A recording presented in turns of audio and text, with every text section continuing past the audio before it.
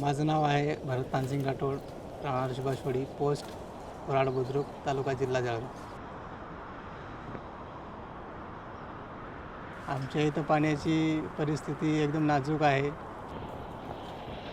आम्ही शेतीमध्ये कपासी, बाजरी, ज्वारी, मका अशी पीक घेतो. पाऊस होतो, पण पावसामुळे जे पाणी पडते ते पाणी नाल्याद्वारे वगैरे वाहून चालले जाते.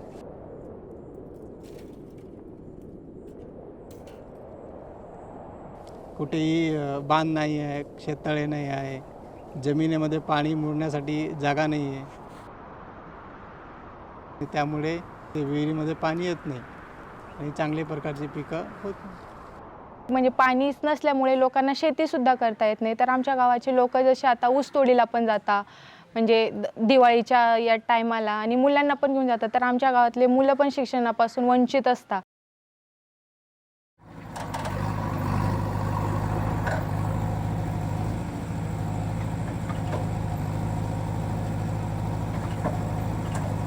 मेरिको कंपनी निवास संस्थेद्वारे काम चालू करून माझ्या वावरात, माझ्या शेतात काम चालू केलं आणि जागोजागी 3 बंधारे बांधून ते खोलीकरण झाल्यामुळे त्या नाल्यात फुल पाणी भरून राहिलं जवळपास फेब्रुवारीपर्यंत.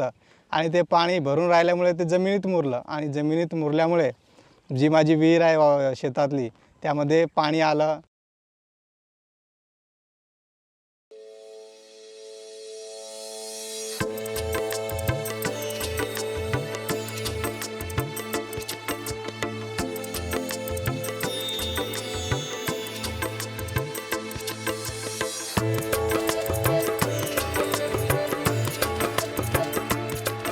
ते पाणी आम्ही शेतीसाठी, उत्पन्नासाठी वापरायला लागलो. नाला खोलीकरण झाला तेव्हापासून एवढा फायदा झाला आहे शेतकरी सर का भरपूरच डायरेक्ट. तुती लावली तर तुतीमुळे 1 वर्षापासून चांगला फायदा होतो आहे. आपला खर्च काहीच नाही आणि उत्पन्न जास्त. नदी खोलीकरण वगैरे केलं आहे. आता भरपूर पाणी आहे. ज्या ठिकाणी माझी 5ची मोटर चालत होती, आता 5च्या 2 चालत्या त्या विहिरीमध्ये. खोलीकरणमुळे एवढा आम्हाला पाण्याचा लाभ झाला.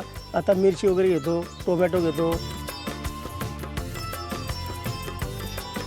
आता पाणी वाढलं तर पीक पण वाढलं. भेंडी वाढली, काही आपले गिलके, टमाटे वाढले, वांगे वाढले. अगोदर कमी क्षेत्र करायचं, आता आपण जास्ती क्षेत्रात उत्पन्न घेतोय बा. अगोदर 1 एकर राहायचं तर आता 2 एकर करतोय.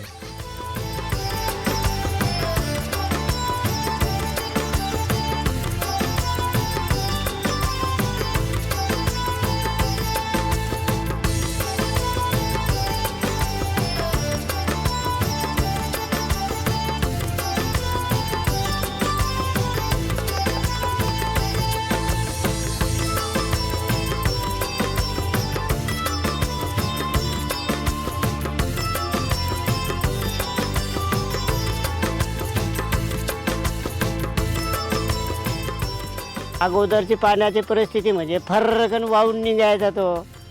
आता म्हणजे भरकन वाहून निघत नाही बा. हळूहळू म्हणजे ते चारीमध्ये अटकला ना तो पाणी, पण गाळ पण अटकली तिकडे. मला निव्वळ नफा जर आपण बघितला तर 40,000पर्यंत, जरा की 10,000 खर्च आणि 40,000पर्यंत आम्हाला नफा झालेला.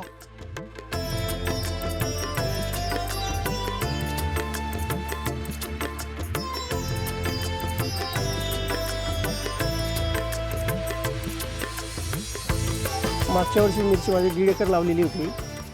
ती 9 ते 9.5 लाख रुपये झाली. त्याला 4-4.5 लाख रुपये खर्च झाला आणि 5 लाख रुपये प्रॉफिट झालं होतं. आणि ह्या वर्षी पण माझा अंदाज आहे 9-10 लाखापर्यंत व्हायला पाहिजे मिरची. आणि तिच्यामुळे पण 5 लाख रुपये प्रॉफिट मिळेल खर्च वजा करून.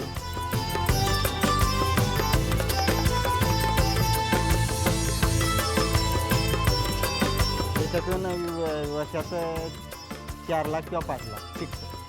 आगाम येतो आहे चांगला, त्याच्यामुळे आम्ही कर्जातून थोडं मुक्त होतो आहे. आता परिस्थिती पण सुधारते, आमची बॅकग्राऊंड पण चांगला होतो आहे. सुभाषवाडीला आम्ही काम करताना डोंगराळ भागांमधून प्रामुख्याने 2 नाले येत होते. त्या 2 नाल्यांचे खोलीकरण केल्यामुळे एका भागाला 36 विहिरी आणि एका भागाला 36 विहिरी असे 72 विहिरींचा एका वेळेस परिणाम वॉटर लेवल वाढून आल्यामुळे त्यांचा मोठा परिणाम रब्बी हंगामात बघायला भेटला. रब्बी हंगामातील त्यांच्यात मोठ्या प्रमाणात वाढ झाली आणि त्यामुळे त्यांचं एरिया जो आहे तो ओलीत खाली जास्त आला.